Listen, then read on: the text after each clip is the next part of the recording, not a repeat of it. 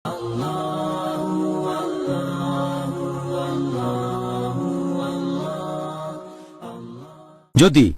আল্লাহ সবার ভাগ্য ঠিক করে দেন, তারপর আমি যদি কোনো পাপ করি, এখন দোষ দেব কাকে? আমার ভাগ্যে যদি লেখা থাকে যে আমি খুন করব, তারপর একদিন খুন করে ফেললাম, তবে এই কাজটার জন্য তো আসলে আমি কখনোই দায়ী হব না, কারণ আল্লাহ আমার ভাগ্যে এগুলো লিখে রেখেছেন। সেই জন্য দায়ী হবেন আল্লাহ। তাহলে আমাকে কেন সেটার জন্য শাস্তি পেতে হবে? এখন আপনার এই প্রশ্নটার উত্তর যদি বলতে হয়, এটা বেশ কমন প্রশ্ন, অনেকেই করে থাকে, বিশেষ করে অমুসলিমরা, যে আল্লাহ সুবহানাহু ওয়া তাআলা ভাগ্য ঠিক করে দিয়েছেন, আর এটা বোঝা একটু কঠিন। আমি আপনাদের বোঝার জন্য উদাহরণ দিচ্ছি যে আল্লাহ সুবহানাহু ওয়া তাআলার আছে ইলমে গায়েব, অদৃশ্য জিনিস সম্পর্কে জ্ঞান, তিনি ভবিষ্যৎ জানেন। একটা উদাহরণ দেই। ধরেন একটা ক্লাসে একজন টিচার আছেন যিনি ছাত্রদের পড়ান। 1 বছর যাওয়ার পরে, পরীক্ষা শুরু হওয়ার আগে, টিচার অনুমান করলেন যে এই ছেলেটা পরীক্ষায় ফার্স্ট ক্লাস ফার্স্ট হবে, এই ছেলেটা সেকেন্ড ক্লাস পাবে, এই ছেলেটা পরীক্ষায় ফেল করবে। যখন পরীক্ষা হয়ে গেল, তারপর রেজাল্ট বের হলো, ছাত্র এ ফার্স্ট ক্লাস ফার্স্ট হলো, ছাত্র বি পেল সেকেন্ড ক্লাস, ছাত্র সি ফেল করলো। এখন আমি আপনাদের প্রশ্ন করি যে যেহেতু টিচার আগে অনুমান করেছিলেন ছাত্র সি পরীক্ষায় ফেল করবে, এখন ছাত্র সি কি এটা বলতে পারবে যে টিচার অনুমান করেছিলেন বলেই আমি পরীক্ষায় ফেল করেছি? আমরাও জানি ব্যাপারটা এমন না। টিচার অনুমান করেছেন যে ছাত্র এ ফার্স্ট ক্লাস ফার্স্ট হবে, কারণ তিনি জানতেন এই ছেলেটা পড়াশোনা করে আর সে মেধাবী। ছাত্র বি সে হলো অ্যাভারেজ। ছাত্র সি পড়াশোনা মন নেই, ঠিক মতো ক্লাসও করতো না, ঠিক মতো লেখাপড়া করতো না, হোমওয়ার্ক করতো না। এইসব দেখে টিচার অনুমান করেছিলেন যে ছাত্র সি ফেল করবে, কিন্তু ছাত্র সি টিচারকে দোষ দেবে না যে টিচার অনুমান করেছিলেন আমি ফেল করব, সেজন্যই আমি ফেল করেছি। ফেল করার জন্য ছাত্র সি দায়ী। একইভাবে আল্লাহ সুবহানাহু ওয়া তাআলার আছে ইলমে গায়েব। যেমন ধরেন কোন একজন মানুষ একটা রাস্তার মোড়ে আসলো, সেখান থেকে 5টা রাস্তা 5 দিকে গেছে, রোড 1 2 3 4 5।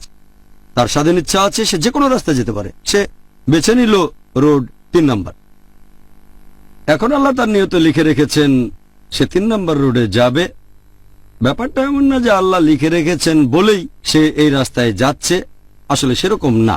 যেহেতু সে 3 নাম্বার রুট বেছে নেবে, তাই আল্লাহ তাআলা আগে থেকেই লিখে রেখেছেন, কারণ আল্লাহর আছে ইলমে গায়েব।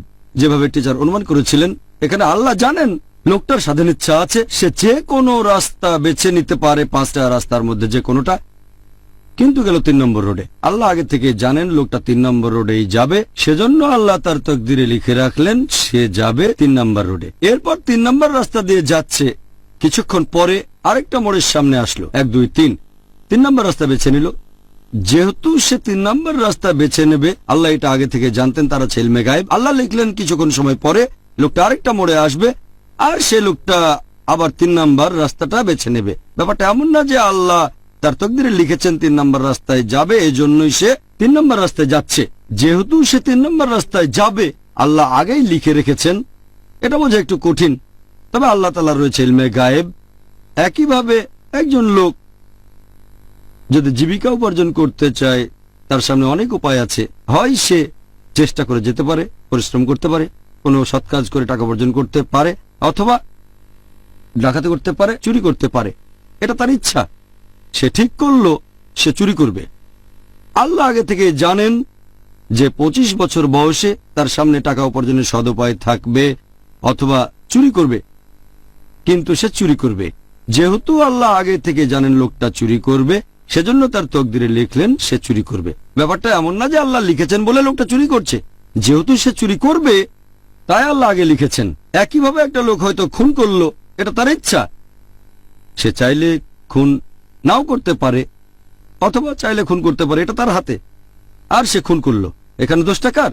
দোষ সেই মানুষটার। তাহলে আমরা বুঝতে পারছি যে আল্লাহর আছে ইলমে গায়েব।